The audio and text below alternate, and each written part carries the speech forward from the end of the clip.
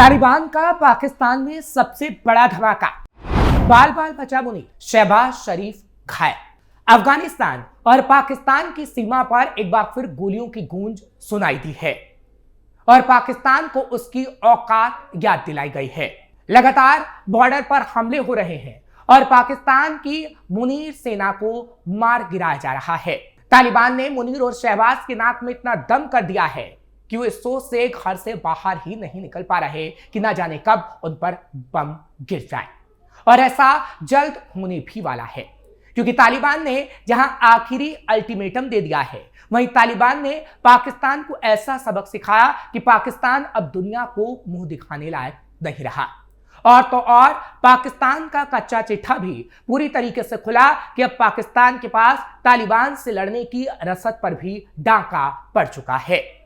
नमस्कार, capital TV के special story में आपका स्वागत है। मैं हूं आपके साथ हर्ष भारद्वाज। कंधार प्रांत के स्पिन बोल्दक जिले में पाकिस्तान और अफगानिस्तान की सेनाएं आमने सामने आ गई और हल्के से लेकर भारी हथियारों तक का इस्तेमाल किया गया और पाकिस्तानी सैनिकों से उनके हथियार तक छीन लिए गए। और एक हफ्ते से यही तस्वीर बॉर्डर पर देखने को मिल रही है। ड्रोन लाइन के दोनों ओर रहने वाले लोग अपने घर छोड़कर सुरक्षित जगहों की ओर भागने को भी मजबूर हैं।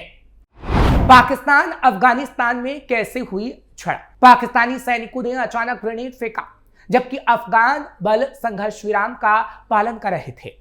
अफगान सैनिकों ने जवाबी फायरिंग तब की जब पाकिस्तान ने सीज फायर तोड़ा। इसके बाद दोनों तरफ से गोलियां और रॉकेट जैसे भारी हथियारों का इस्तेमाल शुरू हो गया। स्थानीय लोगों के मुताबिक पाकिस्तानी फोर्सेस ने कई राउंड मोर्टार फायर किए जो सीधे नागरिक इलाकों में गिरे। कई घरों को नुकसान पहुंचा तो लोग दहशत में हैं। इलाके में रहने वाले लोग लगातार गोलियों की आवाज सुन रहे हैं और उन्हें डर है कि झड़पें और बढ़ सकती हैं। कई परिवार रातों रात अपना सामान समेटकर गांव छोड़कर चले गए। वहीं सुबह उठते ही कई पाकिस्तानी सैनिकों की लाशें लोगों को देखने को मिली। साल 2021 के बाद से दोनों के बीच ये सबसे भीषण संघर्ष माना जा रहा है, जिसने पूरी दुनिया का ध्यान एक बार फिर अफगान सीमा पर केंद्रित किया है। एक तरफ है परमाणु हथियारों से लैस दुनिया की छठी सबसे बड़ी सेना और दूसरी ओर है तालिबान के वो गुरिल्ला लड़ाके जिन्होंने 2 दशक तक विदेशी सेनाओं से लड़ाई लड़ी। सवाल उठता है कि क्या आधुनिक हथियारों और परमाणु ताकत के बावजूद पाकिस्तान तालिबान से कमजोर पड़ रहा है, क्योंकि तस्वीरें जो आ रही हैं वो यही बयां कर रही हैं। तालिबान बनाम पाकिस्तान आर्मी, संख्या और ताकत में कितना फर्क? पाकिस्तान के पास करीब 6,06,000 एक्टिव सैनिक हैं, जिनमें से 5,06,000 थल सेना में हैं। वहीं तालिबान के पास लगभग 1,07,000 लड़ाके हैं। इनमें से ज्यादातर गुरिल्ला युद्ध में ट्रेंड हैं। पाकिस्तान को चीन जैसे देशों का तकनीकी और सामरिक सहयोग तो है, लेकिन आर्थिक संकट, राजनीतिक अस्थिरता और घटते मनोबल ने उनकी सेना की धार कूंद कर दी है। तालिबान की ताकत उसकी फुर्ती और भूगोल की समझ में है। सीमावर्ती पहाड़ी इलाकों में वो छोटे छोटे दल बनाकर हमला करते हैं और फिर गायब हो जाते हैं। इससे पाकिस्तान आर्मी को भारी नुकसान उठाना पड़ता है। ट्रेनिंग और स्पेशल फोर्सेस में फर्क। पाकिस्तान की स्पेशल सर्विस ग्रुप यानी एसएसजी दुनिया की चुनिंदा कमांडो यूनिट्स में गिनी जाती है, जो पहाड़, समंदर और हवा में लड़ाई के लिए तैयार रहती है। लेकिन तालिबान की बदरी 313 और रेड यूनिट जैसी टीमें भी अब काफी संगठित हो चुकी है। यह अमेरिकी हथियारों, नाइट विजन और हमवी गाड़ियों का इस्तेमाल कर रही है। हालांकि तालिबान के पास आधुनिक कम्युनिकेशन सिस्टम या लंबी दूरी के ऑपरेशंस की क्षमता नहीं है, फिर भी उनकी हिट एंड रन रणनीति पाकिस्तान के लिए सिरदर्द बन गई है। हथियार, टैंक और हवाई ताकत में कौन आगे? संख्या और तकनीकी के लिहाज से पाकिस्तान आगे है। उसके पास 6,000 से ज्यादा बख्तरबंद वाहन, 4,600 तोपें और 465 लड़ाकू विमान हैं, मगर इनमें से कई पुराने हैं और चीनी पुर्जों पर निर्भर हैं। रखरखाव की कमी और ईंधन संकट से ऑपरेशन क्षमता घटती जा रही है। तालिबान के पास सीमित टैंक और अमेरिकी छोड़े गए वाहन हैं, लेकिन इनमें से आधे भी चालू हालात में नहीं हैं। बावजूद इसके पहाड़ी इलाकों में उनके छोटे ड्रोन और घात लगाकर किए गए हमले पाकिस्तान की हवाई बढ़त को काफी चुनौती देते नजर आते हैं। परमाणु हथियार भी काम नहीं आ रहे। पाकिस्तान के पास करीब 170 परमाणु हथियार है, लेकिन ये सिर्फ रणनीतिक डर पैदा करने का साधन है। जमीनी लड़ाई में इनका कोई उपयोग नहीं। तालिबान के पास परमाणु ताकत नहीं है। पर उनके पास वो अनुभव है जो किसी भी सुपर पावर को पीछे हटने पर मजबूर कर चुका है, जैसा अमेरिका के साथ हुआ। टकराव की वजह क्या है? झगड़े की जड़ है तहरीक तालिबान पाकिस्तान, जो अफगान धरती से पाकिस्तान में हमले कर रही है। हाल ही में एक आत्मघाती धमाके में कई पाकिस्तानी सैनिक मारे गए थे। इसके बाद इस्लामाबाद ने अफगानिस्तान के अंदर एयर स्ट्राइक की। जवाब में तालिबान समर्थित लड़ाकों ने सीमा पर हमला बोल दिया।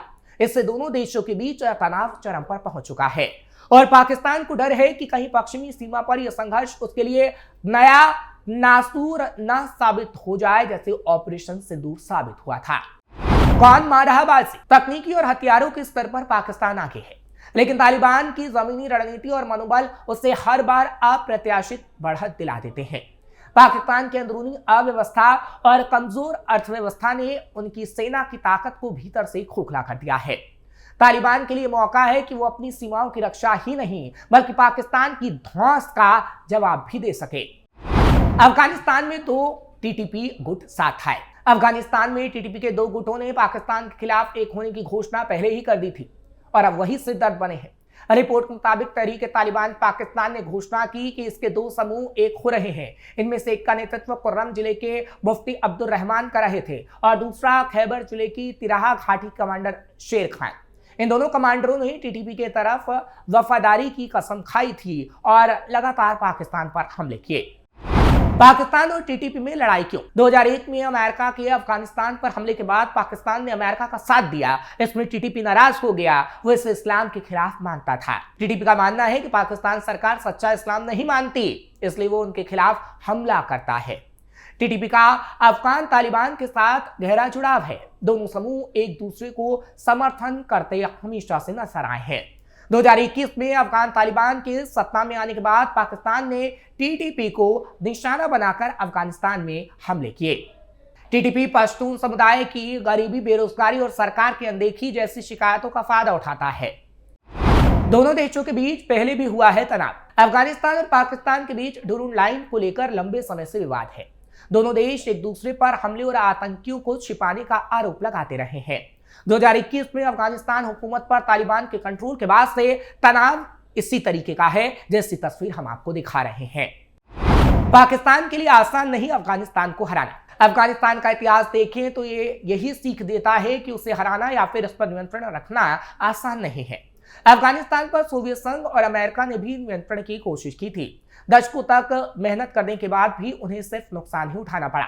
आखिर एक समय ऐसा आया कि दुनिया की इन दोनों महाशक्तियों को अफगानिस्तान छोड़कर लौटना पड़ा। रूस और अमेरिकी जैसी महाशक्तियों को हराने वाला कोई और नहीं बल्कि आज अफगानिस्तान पर हुकूमत करने वाला तालिबान ही है। ऐसे में पाकिस्तान को तालिबान से पार पाना आसान नहीं होगा। ऐसा इसलिए क्योंकि जैसा कि हमने आपको पहले भी बताया कि तालिबान भले ही एक मुजाहिदीन फौज है, अनट्रेंड लड़ाके हैं, हथियारों की भारी कमी है, हवाई सुरक्षा नहीं है, इसके बावजूद पाकिस्तानी सेना तालिबान को हराने के काबिल नहीं मानी जा सकती।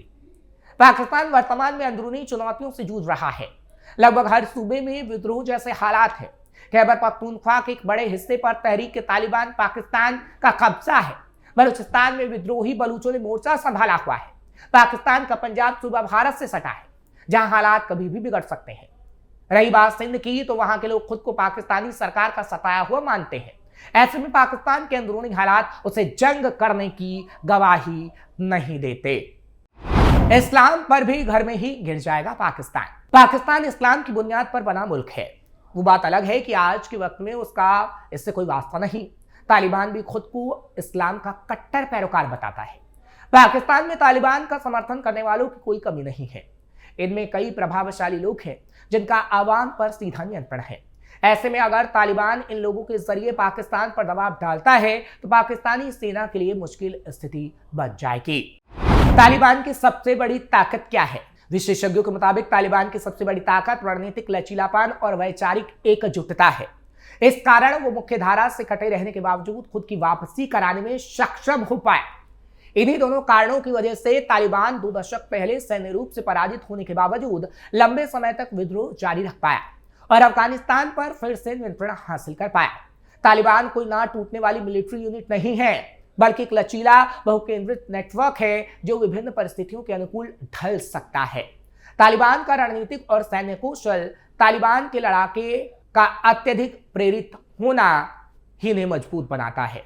इस कारण वो जान लेते हैं कि आखिर आगे क्या होने वाला है और वो बड़ी शिद्दत से लड़ते हैं। उनकी सैन्य रणनीति घात लगाकर हमला करने, गुरिल्ला लड़ाई में खुद को एकजुट रखने और अपने दुश्मन का मनोबल गिराने के लिए लक्षित हत्याओं और मनोवैज्ञानिक अभियानों सहित अघोषित युद्ध रणनीतियों का इस्तेमाल करते हैं। तालिबान आत्मघाती हमलों में भी आगे है और दुश्मन को किसी भी पल चौंकाने में सक्षम है, जैसा वो पाकिस्तान के साथ कर रहा है।